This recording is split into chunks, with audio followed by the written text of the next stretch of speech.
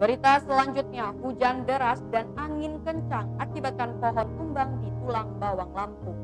Angin kencang yang disertai hujan deras terjadi di kawasan kompleks perkantoran pemerintah Kabupaten Tulang Bawang pada Jumat 22 Oktober 2021. Akibatnya 6 pohon yang berada di sisi Jalan Cemara menuju kompleks perkantoran Pemkab Tulang Bawang tumbang.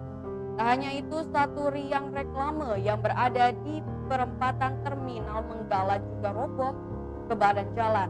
Menurut Darsani, seorang warga setempat, angin kencang yang disertai hujan deras terjadi pada sekitar pukul 17 waktu Indonesia Barat. Sementara Edi Edwin, warga lainnya mengatakan hujan deras yang disertai angin kencang sempat membuat warga khawatir akan adanya angin puting beliung. Di Jalan Cemara ada 6 pohon tumbang menimpa kabel listrik Papar Edo.